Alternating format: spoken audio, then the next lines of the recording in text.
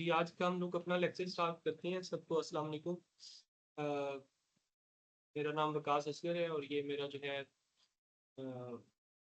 Short सा introduction है। हम लोग जो है मैकेनिक्स ऑफ मटेरियल के कोर्स में एक सेमेस्टर इंशाल्लाह साथ रहेंगे। और ये हमारे कोर्स कंटेंट्स हैं जिसमें हम लोग जो है इसको स्टडी करेंगे। जिसमें हम स्ट्रेसेस एंड स्ट्रेन्स को पढ़ेंगे, मैकेनिकल प्रॉपर्टीज ऑफ मटेरियल्स को पढ़ेंगे, देन टॉर्शन को हम लोग स्टडी करेंगे। तो अप टिल टॉर्शन जो है ना ये हमारा यानी कोर्स मिड एग्जाम तक इंक्लूड होगा। Then from shearing force bending moment diagram से लेकर बीम डिफ्लेक्शन मेथड्स तक ये वाला जो हमारा कोर्स कंटेंट है ये फाइनल एग्जाम में यानी शामिल होगा। और अभी जो लोग नहीं आ सके हैं नेट के प्रॉब्लम की वजह से या किसी की वजह से, तो ये मैंने लेक्चर की रिकॉर्डिंग ऑन कर दी है। ये रिकॉर्डिंग वो सुन के बाद में भी सुन सकते हैं। तो हम लोग आगे चलते हैं। ये हमारे कोर्स कंटेंट्स हैं, सॉरी कोर्स आउटकम CLOs हैं। जिसमें जो CLO 1 है ये हम असाइनमेंट्स और क्विज से आपका इवेलुएट होगा। CLO 2 जो है वो हम लोग इवेलुएट यानी इसकी इवेल्युएशन होगी मिड एग्जाम्स के जरिए, और CLO 3 जो है वो फाइनल एग्जाम में जो है ना इवेलुएट होगा। तो this will be the grading policy for our course. और इसमें ये जो 12% और 13% CP है ये थोड़ा सा चेंज भी हो सकता है। मे बी मतलब कोई असाइनमेंट्स 10% हो जाए तो 15% CP हो जाए, या कुछ मतलब जिस तरह एंड पे रिजल्ट बन रहा होगा उसमें उस वक्त देखेंगे। सो नेक्स्ट है, these are the course books Mechanics of Materials by James M. Gary। और ये इसका 6th एडिशन। और Mechanics of Materials by R.C. Hibbeler। हमारे जो पहले 2 लेक्चर्स हैं वो ये पहले वाली बुक में से हैं। उसके बाद ऑलमोस्ट सारे के सारे लेक्चर्स जो है ना वो सेकंड बुक्स से मैंने बनाए हुए हैं। बाकी रेफरेंस बुक्स भी मैंने नीचे बता दी हैं। और ये बुक्स जो है और आपको lectures in the form of presentation, ये आप मैंने टीम्स क्रिएट कर दी है। इस टीम पे अभी ऑनलाइन लेक्चर हो रहा है, इसी पे आप लोगों को सारे के सारे लेक्चर्स अपलोडेड मिल जाया करेंगे। तक हर स्टूडेंट को इसमें एक्सेस है, जो भी चाहे इससे डाउनलोड करके बुक्स भी डाउनलोड कर सकते हैं और आपको प्रेजेंटेशन भी मिल जाएंगे। This is a free education software for our MMT course जिसका नाम MD सॉलिड्स है। तो हम लोग जो भी न्यूमेरिकल्स करेंगे तो आप लोग जो है ये फ्री ऑफ कॉस्ट है। ये आप आराम से नेट से डाउनलोड कर सकते हैं। जितने भी हम न्यूमेरिकल्स कर रहे होंगे आप लोग इसको इस पे सिमुलेट करके इसको यानी देख सकते हैं, मतलब फिजिकली देख सकते हैं कि मटेरियल्स कैसे बिहेव कर रहे हैं। तो ये हमारा शॉर्ट सा इंट्रोडक्शन है कोर्स के मुतालिक, और मैंने अपने मुतालिक भी करवा दिया है। जो मज़ीद डिटेल्स हैं इसकी कोर्स की और अब मेरी अपने मुतालिक भी जो कुछ प्लस जो मतलब कहाँ से पेपर आएगा या कैसे मतलब किन किन चीज़ों का ख्याल करना है वो इंशाल्लाह जब नेक्स्ट वीक हमारी फिजिकल क्लास होगी तो उसमें मैं इंशाल्लाह बता दूंगा। नेक्स्ट है कि हमारा जो ये वाला कोर्स है it is based on the course of statics. जो आपने इंजीनियरिंग मैकेनिक्स का कोर्स स्टैटिक्स के नाम से सेमेस्टर नंबर 2 में पढ़ा है, सेकंड सेमेस्टर में।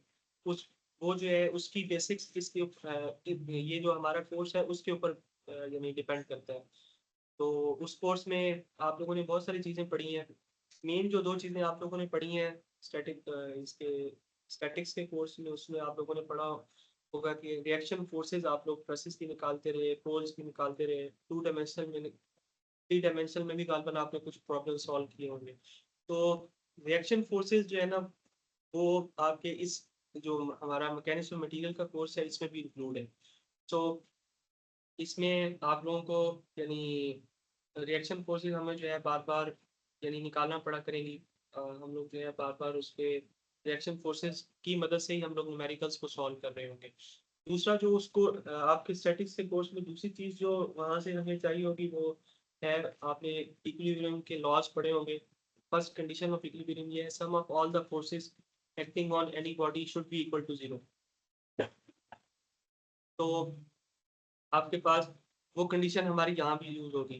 तो मैकेनिक्स ऑफ मटेरियल का कोर्स है वो सारे का सारा उन बॉडीज की स्टडी को डील करता है that are under the condition of rest, जो कि स्ट्रक्चर्स हैं हमारे जो कि मूव नहीं कर रहे हैं।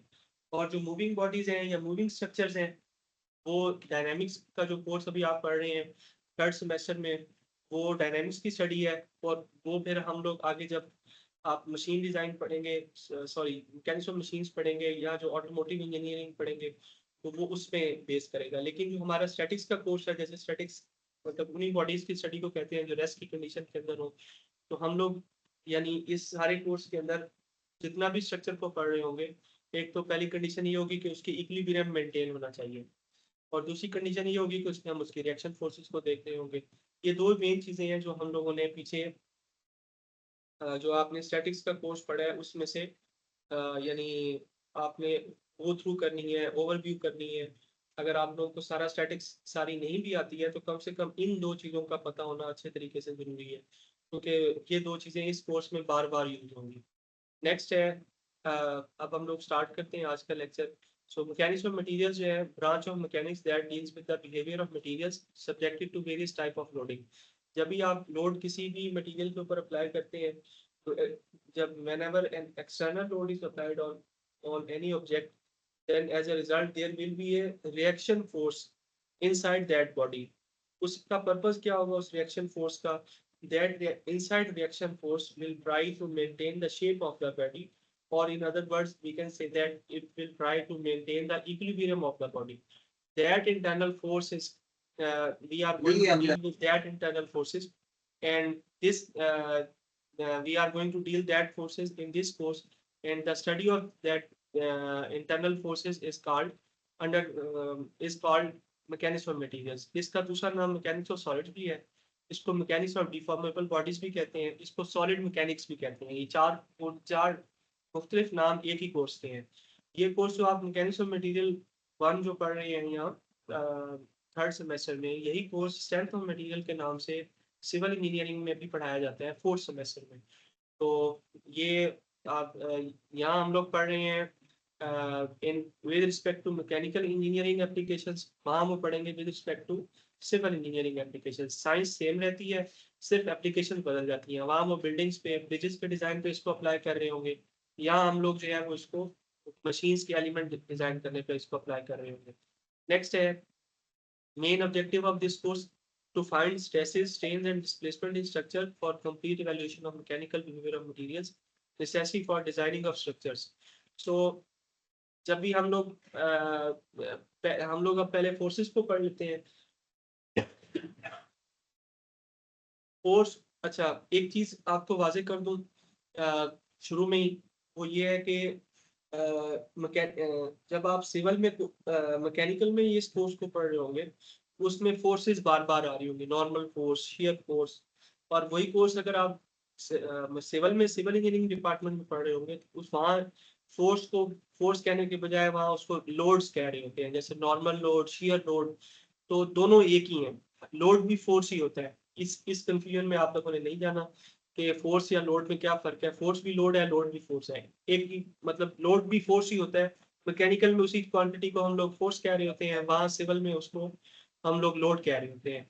सो एक्सियल फोर्स क्या है? एनी एनी फोर्स और load that acts on the axis of A member, that is called axial force. अब ये देखें, फोर्स पी लग रही है जो इस बार के दोनों साइड पे, और ये अलोंग द एक्सिस और parallel in direction parallel to the axis of the member लग रही है।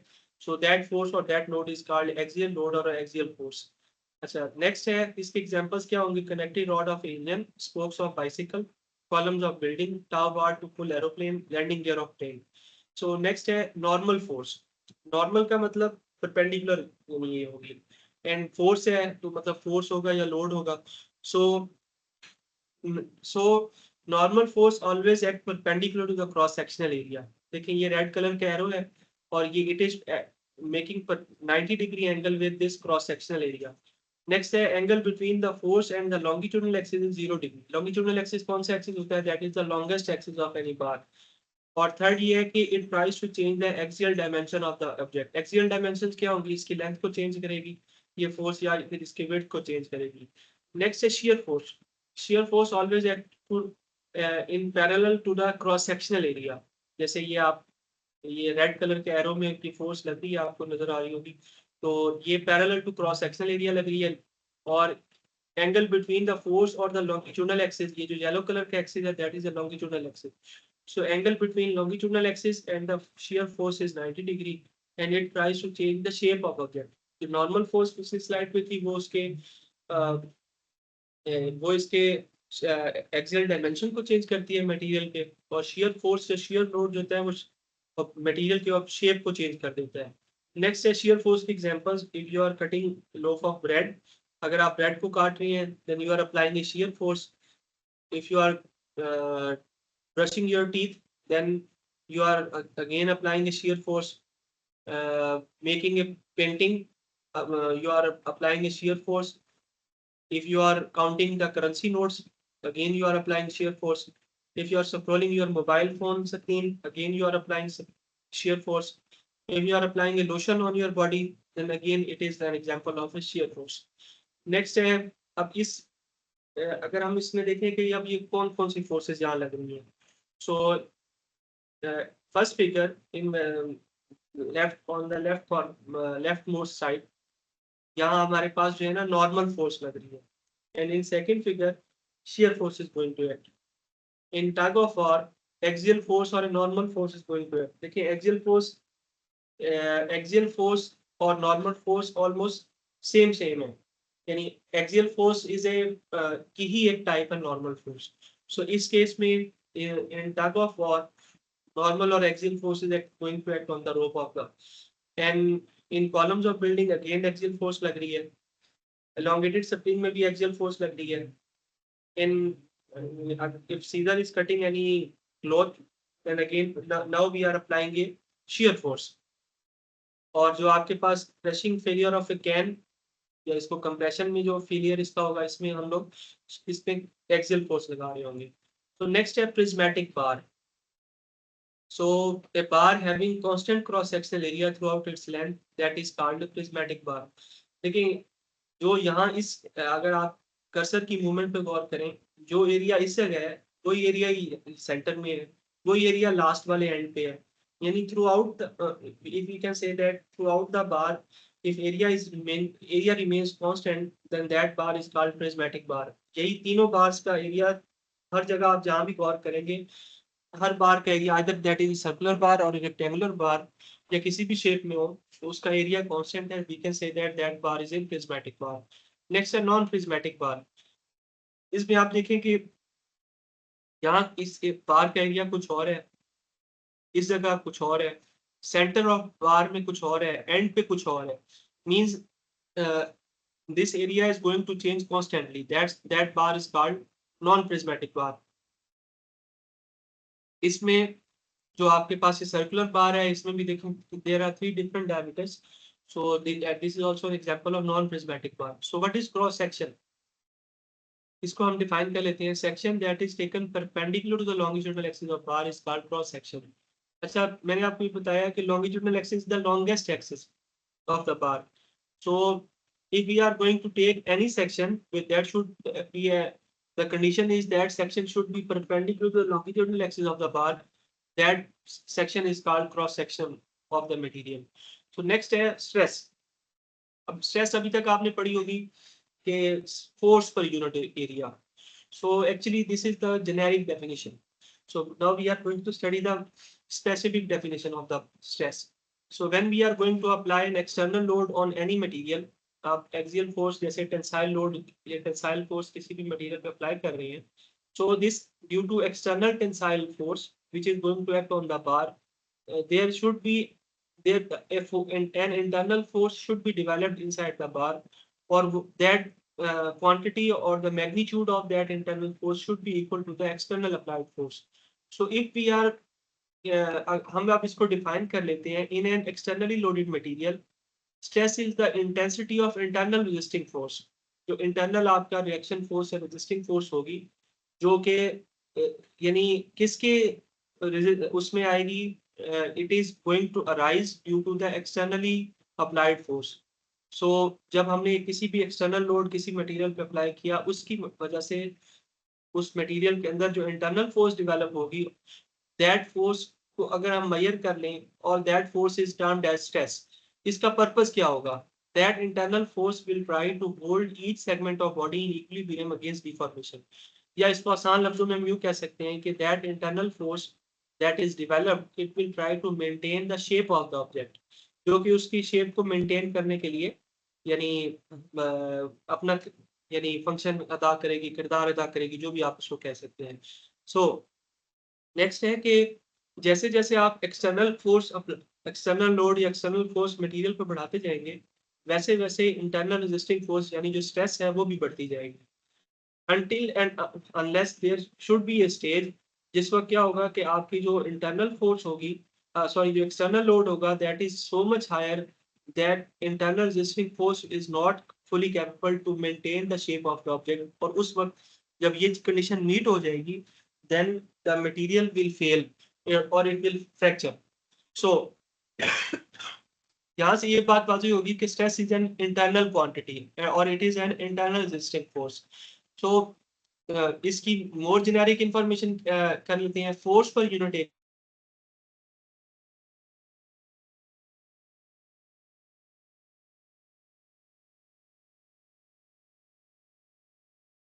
stress may remains constant throughout the body or it may change from one point to another। अच्छा, अब ये देखिए इस न्यूमरेटर के अंदर हमारे पास है लोड और फोर्स। सो अगर न्यूमरेटर में हमारे पास normal load, normal means perpendicular to cross section जो लोड या फोर्स अप्लाई हो रही हो, if we are going to take normal force in numerator, then that type of stress is called normal और डायरेक्ट स्ट्रेस। और इसका ये formula होगा sigma is equal to normal force per unit area.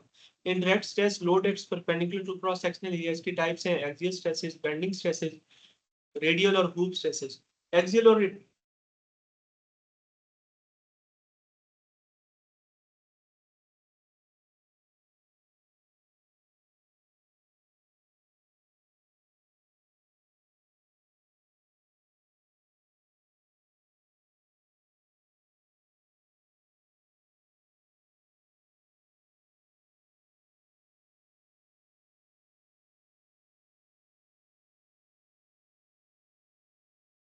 that type of stress is called tensile stress, or if length of bar is going to decrease, then that type of stress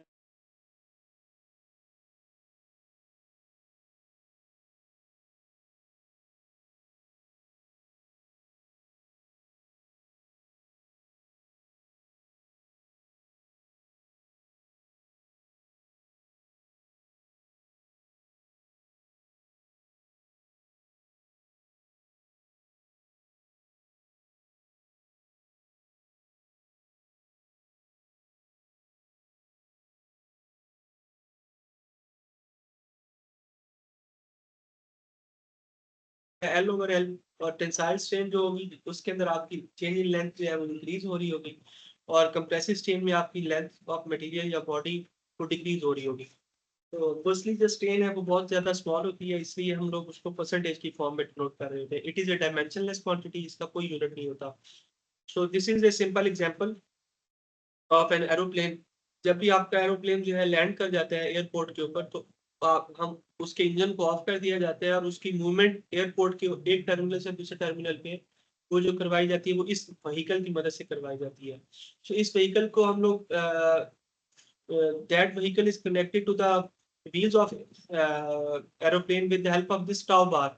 So this when we are going to pull this aeroplane with the help of this vehicle, then tow bar tensile load will be acting or tensile force will be acting on this tow bar। Or when plane is standing on the airport, then ये जो आपका strut है जिसकी मदद से wheels और आपकी aeroplane की बॉडी आपस में कनेक्ट हो रही है, इसको स्ट्रट कहते हैं। सो दिस ये लैंडिंग गियर स्ट्रट यहाँ भी लिखा हुआ है। So this landing gear strut will come under the compression, या इसमें कंप्रेसिव लोड यानी एरोप्लेन का लोड जो है डायरेक्टली डाउनवर्ड एक्ट कर रहा होगा, और आपके उसकी वजह से रिएक्शन फोर्स में जो आपका ग्राउंड है वो उसकी रिएक्शन फोर्स अपवर्ड जा रही होगी, जिसकी मदद से जो लैंडिंग गियर स्ट्रट है आपका एरोप्लेन का वो क्या होगा, वो कंप्रेसिव स्टेट के अंदर आ जाएगा। So if material is not properly designed, then this landing gear strut will fail due to compression, or this tow bar will fail due to tensile loading। So that's why it is becomes very important to properly design the materials so for any application, for any engineering application. So next है uni-axial stress. Uni means one or axial mean along axis. So one dimensional state of stress is it is called uni-axial stress. अगर आप इसमें गौर करें तो ये दोनों arrows जो हैं वो एक एक्सिस के long that is x axis इसके लॉन्ग एक्ट कर रहे हैं.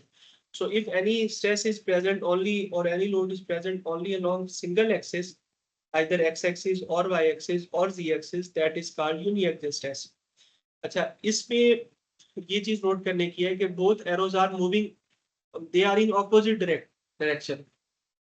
Either tension में हो या compression में हो, they should be in opposite direction to maintain equilibrium.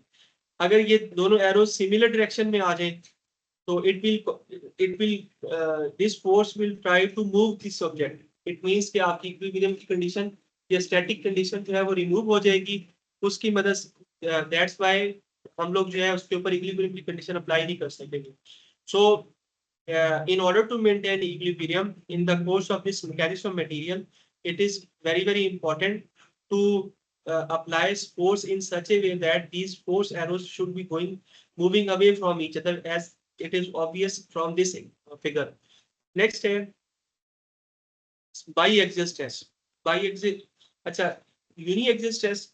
This next है biaxial stress. Two-dimensional state of stress in which two normal stresses act along two different directions. That is called biaxial stress. देखिए इसमें sigma 1 आपकी लग रही है along x-axis, sigma 2 is acting along y-axis.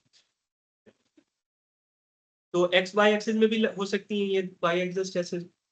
Y z axis में भी हो सकती है, x z axis में भी हो सकती है.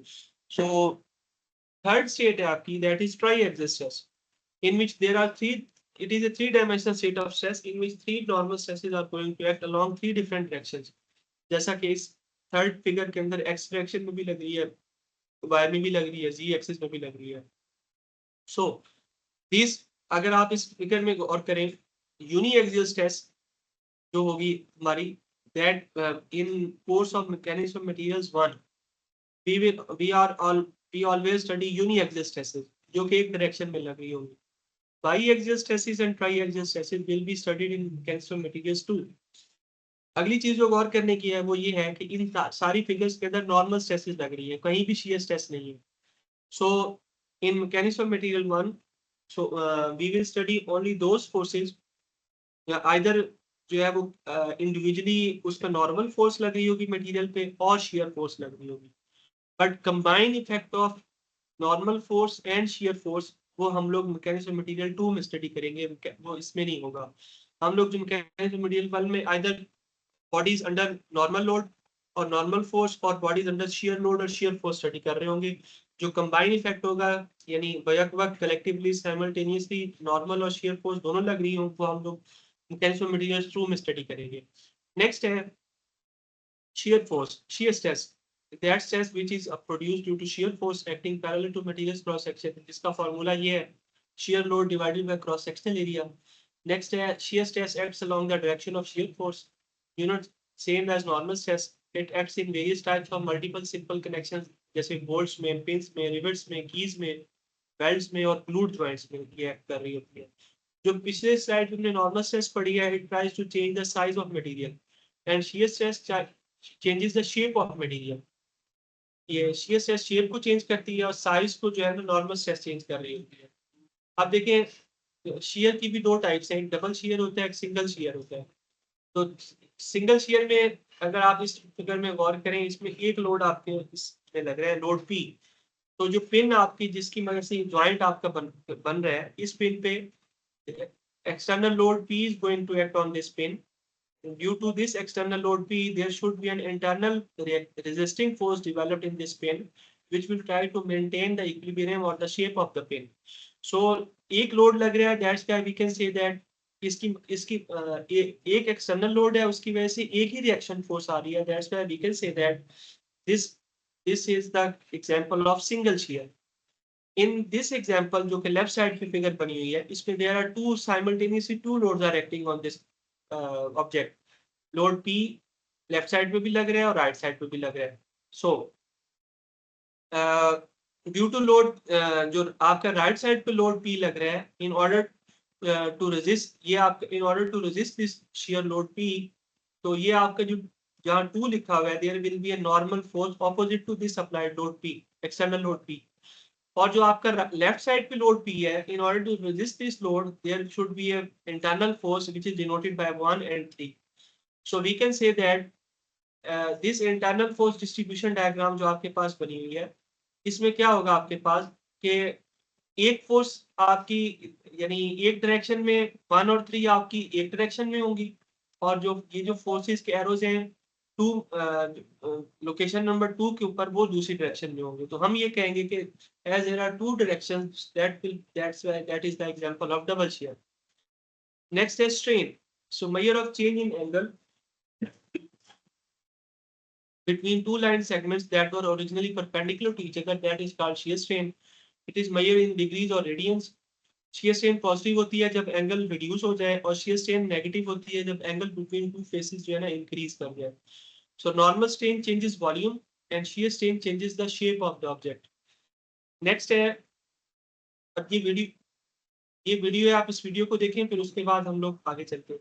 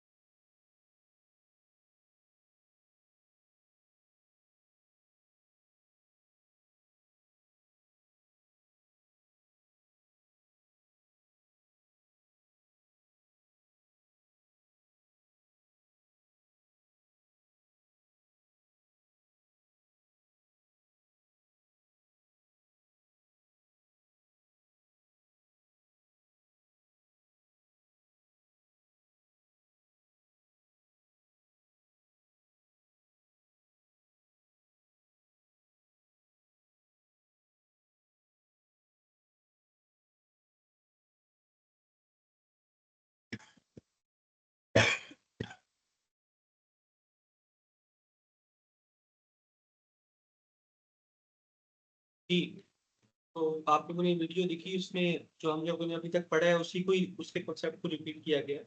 तो हम छोटा सा एक न्यूमेरिकल सॉल्व करते हैं, उसके बाद 5 मिनट की ब्रेक कर लेंगे। एक छोट एक हमारे पास जो है aluminium, hollow aluminium circular tube है, उसके ऊपर कंप्रेसिव लोड और 26 किप्स जो है ना अप्लाई हो रहा है। Inner and outer diameter of tube जो है वो 4 इंच है एंड 4.5 इंच, और उसकी लेंथ जो है वो 16 इंचज है। Shortening of force due to applied load जो है 0.012 इंच आ रहा है। तो रिक्वायरमेंट ये है कि find compressive stress and strain. तो हम लोग देखते हैं कि जो हमारे पास गिवन डेटा है, यानी उसने हमें कहा है find compressive stress and strain. तो हमारे पास क्या क्या चीजें गिवन है, हमारे पास जो है जो लोड एक्ट कर रहा है उसके ऊपर, और कंप्रेसिव फोर्स गिवन है। अच्छा, ये ट्यूब का डायमीटर हमारे पास गिवन है, हम इससे एरिया निकाल सकते हैं डायमीटर से। तो और हमें पता है एरिया ऑफ ट्यूब जो है वो पाई आर स्क्वायर के इक्वल होता है। तो हम लोग जो है इसमें, as it is an hollow tube, हम लोग पाई डी स्क्वायर बाय 4 और pi by 4 D outer power 4 minus D में पावर 4, यहाँ से हम लोग जो है वैल्यूज पुट करके इसका एरिया निकाल लेंगे। लोड गिवन है, तो हम लोग जो है लोड को डिवाइड करेंगे इस एरिया से, हमारे पास स्ट्रेस आ जाएगी। नेक्स्ट है, उसने कहा कंप्रेसिव स्ट्रेन भी फाइंड करें। हम लोग देखें, इसमें लेंथ ओरिजिनल हमारे पास गिवन है, दैट इज 16 इंचज, और shortening of post due to load जो है वो हमारे पास है 0.012 इंच। तो इसका मतलब ये है कि दिस शॉर्टिंग ऑफ पोस्ट जो गिवन है that is A change in length. तो चेंज इन लेंथ और ओरिजिनल लेंथ से डिवाइड करेंगे तो हमारे पास स्ट्रेन आ जाएगी। तो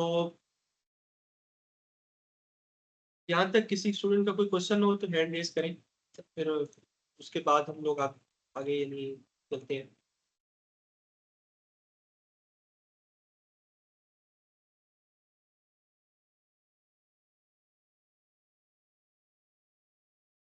जी, कोई क्वेश्चन है किसी का?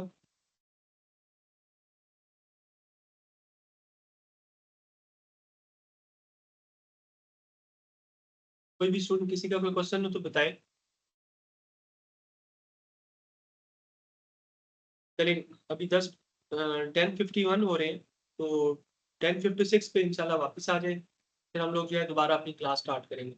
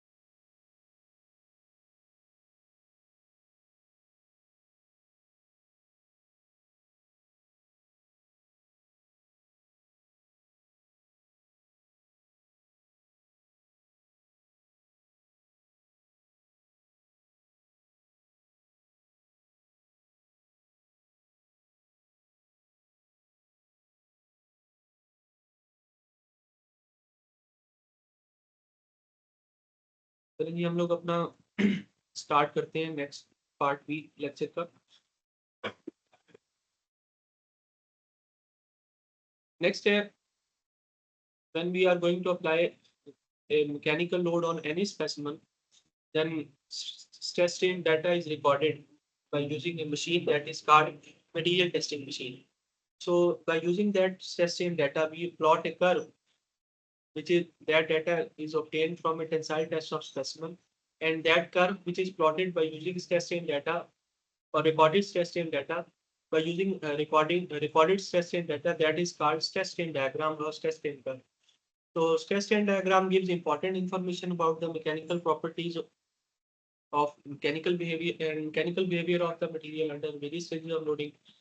So to evaluate the mechanical properties, load is gradually applied on the material until the specimen will break. Next है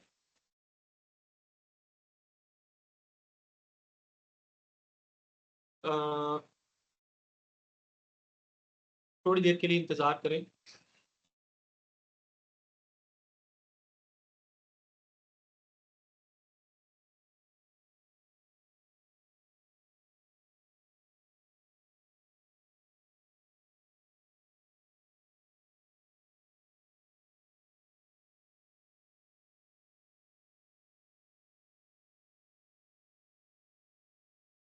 तो नेक्स्ट है हमारा tensile test on material is performed by gradually applying the load. So what is gauge length? जब भी हम जो है यानी चेंज इन लेंथ मेजर करनी है, स्ट्रेन स्ट्रेन तभी मेजर हो सकती है जब आप चेंज इन लेंथ स्पेसिमेन की मेजर कर रहे हो। तो generally we are not going to measure the whole change in length of specimen.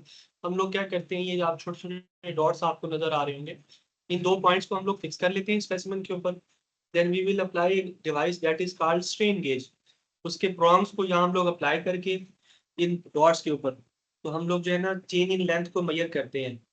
तो strain gauge is an electrical device, और जहाँ उसके प्रॉन्ग्स इस स्पेसिमेन पे फिक्स होते हैं उसको हम गेज मार्क्स कहते हैं। So part of test specimen actually being made for elongation during a tensile test that is called gauge length, means इस डॉट से लेकर ये नीचे वाले डॉट तक जितना जो डिस्टेंस है that is called gauge length of specimen. So the device that is to measure that change in length that is called extensometer, और इस ये elongation produced in tensile test को measure कर रही है। और generally we are going to conduct this test by using ASTM standard, NIST standard और DSA standard. सो ये आपका एक मटेरियल है जिसको मशीन के ऊपर टेस्ट किया गया है। सो ये आपकी जो डिवाइस है दैट इज कॉल्ड एक्सेंसोमीटर। ये इसके प्रॉन्ग्स हैं। These prongs are fixed on a specimen at a specific spot that is called gauge marks, यानी यहाँ से लेकर इस ऊपर वाले prong तक का जो डिस्टेंस है that is called gauge mark. So हम लोग by applying the test we will attain a diagram in this form. ये हमारे पास डायग्राम जो है आ गई है। हम लोग अब इसको देखते हैं कि ये डायग्राम इसके वन बाय वन इसके डिफरेंट जो पोर्शंस हैं सेगमेंट्स हैं इसको स्टडी करेंगे। So this diagram is for structural steel, क्योंकि आपकी कंस्ट्रक्शन स्टील में जो स्ट्रक्चरल स्टील यूज हो रही होती है उसको ये डायग्राम उसको रिप्रेजेंट कर रही है। So first region is called linear elastic region, जो कि ए पॉइंट से नीचे नीचे तक होगा। यानी हम अब आप कर्सर की मूवमेंट पे गौर करते जाएं, यानी यहाँ से लेकर पॉइंट ए तक यहाँ तक जाते जाते जो लीनियर रीजन है ये पहला इस कर्व का रीजन है। जब लीनियर रीजन जहाँ एंड होगा that is called proportional limit, ये यहाँ इधर शो हो रही है। देन फ्रॉम ए से हमारे पास नेक्स्ट पॉइंट आएगा that is called B, that is yield stress. From B to C that is a yielding region, यहाँ आप बी से मूव करते करते सी पे पहुंचेंगे that is called yielding. From C to C point के ऊपर बी टू सी आपके पास जो स्ट्रेस है वो कांस्टेंट यानी रहेगी। अगर आप देखें तो आपको यहाँ कांस्टेंट स्ट्रेस यानी horizontal to x axis B to C वाली लाइन है। Then from C to D अब आपके पास दोबारा स्ट्रेस इंक्रीज होना शुरू हो जाएगी, जैसे जैसे लोड बढ़ेगा वैसे वैसे। यानी ये स्ट्रेन हार्डनिंग वाला जो रीजन है इसमें आपकी स्ट्रेन भी बढ़ रही है towards x along X axis, और साथ साथ आपके सिग्मा यानी जो स्ट्रेस है वो भी बढ़ रही है अलोंग वाई एक्सिस। तो डी पॉइंट जो मैक्सिमम पॉइंट है that is called ultimate stress. इस ये जो मैक्सिमम लोड है जो हमारा मटेरियल विथस्टैंड करेगा या बियर करेगा। और then finally the material will fracture at stress that is called fracture stress, जो कि ई पॉइंट है आपका। So from D to E the region is called necking region. तो हम लोग ये डिफरेंट जो इसके रीजन हैं इसको अब स्टेप बाय स्टेप इसको स्टडी करते हैं। ये जो डायग्राम है इसको आप लोगों ने बहुत अच्छे तरीके से तो ये इसको समझना भी है, इसको याद भी करना है, क्योंकि जितने भी इंटरव्यूज आएंगे आप लोगों के आगे तो उसमें यानी 5-6 सवाल कम से कम इस कोर्स में से इस डायग्राम के पोर्शन से पूछे जाते हैं। या यूं कह लें कि पहले जो 2 लेक्चर्स हैं हमारे इस मैकेनिज्म मटेरियल 1 कोर्स के, उसमें से 5-6 क्वेश्चंस एमसीक्यूज या इंटरव्यूज के अंदर जो क्वेश्चनिंग हो रही होती है वो इसमें से लाजमन पूछते हैं। सो नेक्स्ट है, अब सबसे पहला जो हमारा रीजन है दैट इज लीनियर रीजन। अगर आप लीनियर रीजन में गौर करें तो ये पॉइंट ए से पे रीच होने से पहले, यानी हमने पॉइंट ओ से स्टार्ट किया, अब मूव करते जा रहे हैं करते जा रहे हैं, लेकिन अभी पॉइंट ए रीच नहीं हुआ है। That is linear region. Linear mean linear curve है यहाँ।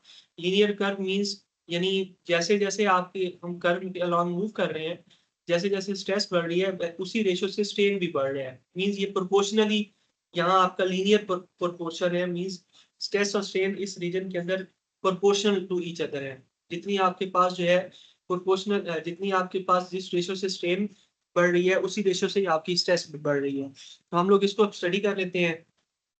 Reason in which stress and strain exhibit linear and proportional relationship, और material in this region material exhibits linear elastic behaviour. Elastic behaviour क्या होता है? जिसमें material is capable to regain its shape. और plastic behaviour या plastic deformation ये होती है जिसमें material is not capable to regain its shape. So next है स्लोप ऑफ इलास्टिक रीजन। ये जो आपका लीनियर रीजन है that is called Young's modulus. Young's modulus को डिफाइन करेंगे, it is measure of material stiffness in its elastic range. Stiffness क्या होती है? Stiffness is an ability of material to resist elastic deformation in or deflection under stress. तो हमारी elastic reason के अंदर जो मटेरियल की कैपेबिलिटी है in order to resist the deformation that is called stiffness. अच्छा, ये जो यंग मॉडुलस हमारे पास आया है इसको हम लोग मटेरियल की डेंसिटी से डिवाइड कर दें तो हमारे पास एक नई क्वांटिटी आ जाती है that is called specific stiffness. तो यंग्स मॉडुलस जो है वो हमारे पास इसके सेम यूनिट्स होते हैं जैसे कि आपके पास स्ट्रेस के होते हैं।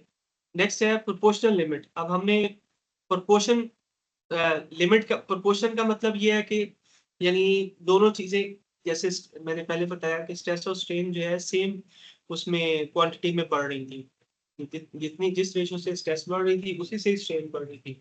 सो ये आपके पास पहली जो चीज है,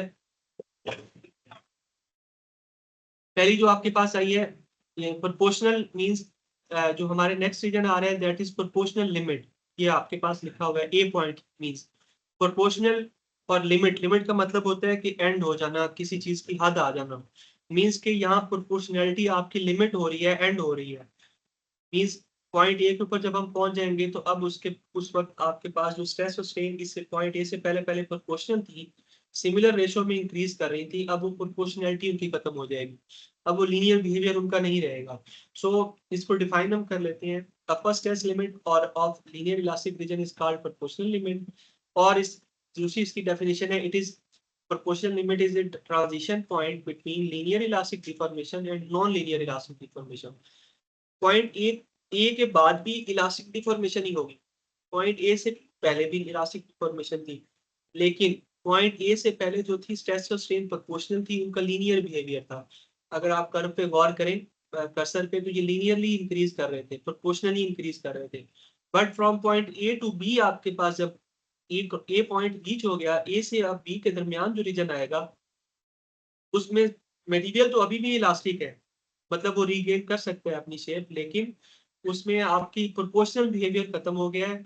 यानी एन गिरे के स्ट्रेन ज्यादा इंक्रीज कर रही हो और स्ट्रेस उतना इंक्रीज ना कर रही हो। ये दूसरा आपके पास पॉइंट आ गया है। सो नेक्स्ट है, थर्ड डेफिनेशन इसकी है, it determines the proportional limit determines the greatest stress that is directly proportional to strain in linear manner.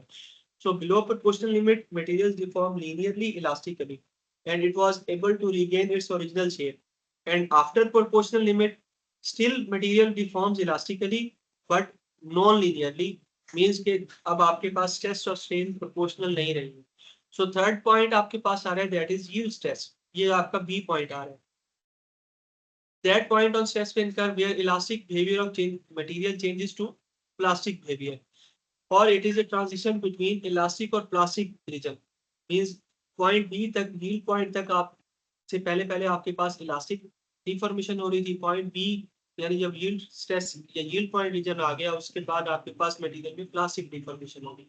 अच्छा, yield point transition है between elastic and plastic region, और आपके पास जो proportional limit है ये transition है between linear elastic deformation and non linear elastic deformation. तो इसमें आपने confuse नहीं करना है.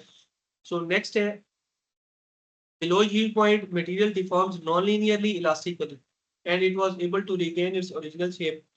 But after yield point, material becomes perfectly plastic and continues to elongate without noticeable increase of load, or it becomes unable to regain its original shape. Next, yield strength or yield stress. The value of stress or magnitude of stress at point B, means at yield point, values of or magnitude of stress at yield point after which the material begins to deform permanently or plastically is called yield point. So, or yield stress or yield strength. Generally हम जो materials को design कर रहे होते हैं, हम yield stress की base पे डिजाइन कर रहे होते हैं कि अगर एक मटेरियल यील्ड पॉइंट में जा रहा है, इट मींस के यानी अब उसका फेलियर शुरू हो गया है, मतलब वो अब उसकी जो डिफॉर्मेशन है हम उसको रिवर्स बैक नहीं कर सकते. सो यील्ड पॉइंट तक जो स्ट्रेस हम लोड को अप्लाई करते हैं वो सेफ तस्वुर किया जाता है, लेकिन यील्ड पॉइंट के बाद जो हमारे पास लोड है that is totally unsafe for the loading condition. Next is strain hardening, यानी अब पॉइंट बी से लेकर सी तक अगर आप देखें ये यील्डिंग रीजन है, इसमें आपके पास अगर कर्सर की मूवमेंट पे गौर करें तो आपके पास यहाँ से स्ट्रेस सेम रही है, कांस्टेंट है, क्योंकि ये जो स्ट्रेस की वैल्यू बी पे है वही स्ट्रेस की वैल्यू सी पे है, लेकिन आपके पास बी से लेकर सी तक स्ट्रेन की value along X axis change हुई है. जब आप सी पे पहुंचे, now from C to D, that region is called strain hardening region. So strain hardening is the basically strengthening the material by plastic deformation. It occurs when metal is plastically deformed beyond yield point. Or next है material undergoes change in its crystalline structure. जब strain hardening होगी तो इसके crystalline structure material का change हो रहा होता है और उसकी strength भी increase हो रही होती है. During strain hardening, elongation of test specimen requires an additional amount of tensile load. और finally जो strain hardening region की जो maximum peak है that is called D point. That is ultimate stress वहां आपके पास आ जाएगी, और इसको हम लोग नेक्स्ट स्लाइड पे अल्टीमेट स्ट्रेस को स्टडी करेंगे. So strain hardening is also known as work hardening और कोल्ड वर्किंग. नेक्स्ट है अल्टीमेट यूटीएस, अल्टीमेट स्ट्रेस, ये डी पॉइंट आपका. सो मैक्सिमम स्ट्रेस और load that a material can withstand before failure, that is called ultimate stress. So UTS often correspond to highest point on stress strain curve. Beyond UTS यानी UTS के बाद specimen deforms even load is removed. अब देखिए अगर आप cursor की movement पे गौर करें C से लेकर D तक, ये आपकी स्ट्रेस बढ़ती जा रही है जैसे जैसे स्ट्रेन बढ़ रहा है, लेकिन D पॉइंट के बाद अब आपका स्ट्रेन तो बढ़ रहा है अगर हम एक्स एक्सिस के अलॉन्ग मूव कर रहे हैं, लेकिन साथ साथ आपकी स्ट्रेस डिक्रीज कर रही है along Y axis. So UTS is the maximum point, maximum load वहां आप बियर करते हैं. मटेरियल्स यानी ये जो यूटीएस है पॉइंट डी, इसको हम यूटीएस भी कहते हैं, इसको हम अल्टीमेट स्ट्रेस भी कहते हैं, इसको अल्टीमेट टेंसाइल स्ट्रेंथ भी कहते हैं, इसको अल्टीमेट स्ट्रेंथ भी कहते हैं. यानी ये एक ही चीजों के चार मुख्तलिफ नाम है, इससे आपने कंफ्यूज नहीं होना, ये ज़हन में रखना है. नेक्स्ट है स्ट्रेंथ क्या होती है, ability of structure to support और ट्रांसमिट लोड्स. और स्पेसिफिक स्ट्रेंथ क्या होगी, द स्ट्रेंथ ऑफ मटेरियल, और UTS of material divided by material density पर स्पेसिफिक स्ट्रेंथ आ जाएगी. अब पॉइंट डी पे आप पहुंच चुके हैं. Now before reaching point E there is another region that is called necking. So हम नेकिंग को पढ़ते हैं. Necking is type of plastic deformation observed in ductile materials. ये ब्रिटल में नहीं होती necking. So it is localized reduction, means reduction of materials cross sectional area at specific location. सारे जो मटेरियल है उसमें नेकिंग नहीं होगी, एक स्पेसिमेन के छोटे से हिस्से पे, मटेरियल के छोटे से हिस्से पे ज्यादा यानी ये नेकिंग हो रही होगी. ये एक फिगर है, इसमें टेंसाइल लोड एक्ट कर रहा है. और जब स्पेसिमेन दूसरी फिगर में दूसरे पॉइंट पे जाता है तो यहाँ इसकी लेंथ इंक्रीज, थर्ड में और इंक्रीज कर गई है, फोर्थ में और इंक्रीज हुई है, फिफ्थ में और इंक्रीज हुई है. जब आप दूसरी फिगर में आए तो लेंथ इंक्रीज हुई, जब आपने इसको और लोड अप्लाई किया तो ये छोटा सा नेक बनना शुरू हो गया. ये फोर्थ फिगर में ये नेक की जो ये साइज है या कप का साइज है ये और बढ़ गया. 5th फिगर में ये और ज्यादा हो गया, और अगर हम और ज्यादा लोड अप्लाई करेंगे तो ये टूट जाएगा। So this is called necking. So before UTS, UTS ultimate tensile strength से पहले material undergo uniform plastic deformation, जैसे इस फिगर तक यूनिफॉर्म डिफॉर्मेशन हो रही थी, but after UTS cross sectional area of small specific region decreases more rapidly, जैसे यहाँ ये बहुत ज्यादा एरिया जल्दी से रिमूव हुआ है, डिक्रीज हुआ है, and eventually drop adopts a shape of neck or a V shape. Neck exhibits high concentration of local strain, और necking behavior is considered in calculating true stress, जो कि हम नेक्स्ट लेक्चर में पढ़ेंगे। तो फाइनली जो हमारे पास स्ट्रेस स्ट्रेन रीजन आएगा that is fracture E point. तो स्ट्रेस और load at which material failure occurs that is called fracture stress, क्योंकि आपका लोड ई है। अगर आप गौर करें this E point is at lower position than point D, means ये यूटीएस से ये कम होगी stress. At fracture stress necking region ends and strain reaches its maximum value, और इसके ऊपर आपका मटेरियल ब्रेक कर जाएगा या फ्रैक्चर कर जाएगा। नेक्स्ट है डक्टाइल मटेरियल्स के अंदर फ्रैक्चर स्ट्रेंथ जो होती है वो यूटीएस से कम होती है, और ब्रिटल मटेरियल्स के अंदर fracture strength is equal to UTS. Next, यहाँ हम जहाँ तक हमारा जो है वो ये इसका ये डायग्राम खत्म हो गई है। अब जी जो हम लोगों ने अभी तक पढ़ा है, इसको आप लोग जो है एक वीडियो मैं प्ले करने लगा हूँ, इसमें आप लोग सुने तो मजीद इस वीडियो में चीज़ वाज़ेह हो जाएगी। उसके बाद किसी क्वेश्चन हो तो फिर बताएं।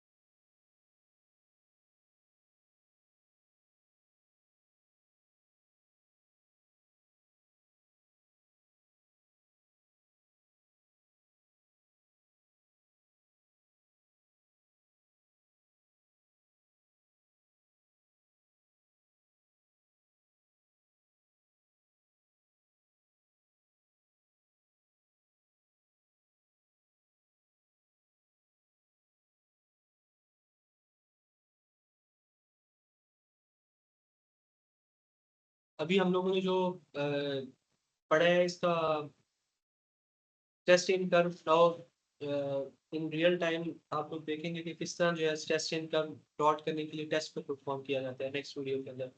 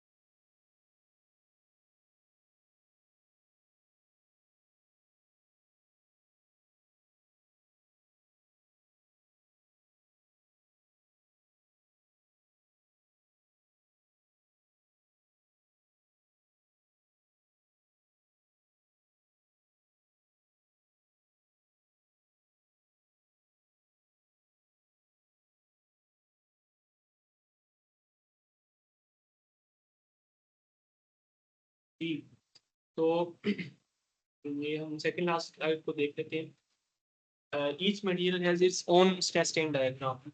अगर आप लोग गौर करें कि इस फर्स्ट डायग्राम जो कि हमने आज के लेक्चर में पढ़ी है, this is for structural steel. अगर आप एल्यूमिनियम की स्ट्रेस स्ट्रेन डायग्राम कुछ इस तरह आती है, जैसे कि वीडियो में भी आपने देखा, जो उसका दूसरा टेस्ट था वीडियो के अंदर, उसमें स्ट्रेस स्ट्रेन डायग्राम कोई क्लियर व्हील पॉइंट हमें एल्यूमिनियम में नजर नहीं आता। हम 0.2% ऑफसेट मेथड यूज करते हैं, जो कि हम नेक्स्ट स्लाइड में उसको पढ़ने वाले हैं। और जो हार्ड रबर है आपकी, इसकी स्ट्रेस इन डायग्राम और सॉल्ट रबर की कुछ इस तरह आ रही है। whenever you are going to use any material in any engineering application, you have to evaluate the stress strain diagram of that material. So next है व्हील पॉइंट। क्योंकि aluminium का कोई नहीं होता, so aluminium does not show any yield point. तो हम लोग procedure देख लेते हैं जिसकी मदद से हम लोग उसके व्हील पॉइंट को एवेलुएट करते हैं। तो ये arbitrary wheel stress can be determined by offset method. In offset method में हम क्या करते हैं, 0.2%, ये आपका स्ट्रेन का स्केल है, एप्सिलॉन वाला स्केल। इसमें आप 0.2% यानी मीन्स 0.002 पे आप लोग जाके एक डॉट लगाएंगे। इस आप ये पॉइंट आप चूज करके इसको रेफरेंस पॉइंट चूज करेंगे, then from this reference point a line parallel, ये जो पैरेलल लाइन आप ड्रॉ करेंगे जो इनिशियल लीनियर इलास्टिक रीजन वाली लाइन के पैरेलल आप ड्रॉ करेंगे, वो कर्व को जिस जगह जाके कट करेगी that will be considered as a yield point. So ये तरीका हम लोग आमतौर पे एल्यूमिनियम ही के लिए अप्लाई कर रहे होते हैं, बाकी जगहों पे इसको ये नहीं चाहिए होता है। तो ऑलमोस्ट आज का हमारा लेक्चर जो है वो खत्म हो गया है। अब बताएं किसी का कोई क्वेश्चन है तो हैंड रेज करें, मैं उसको आंसर कर देता हूँ।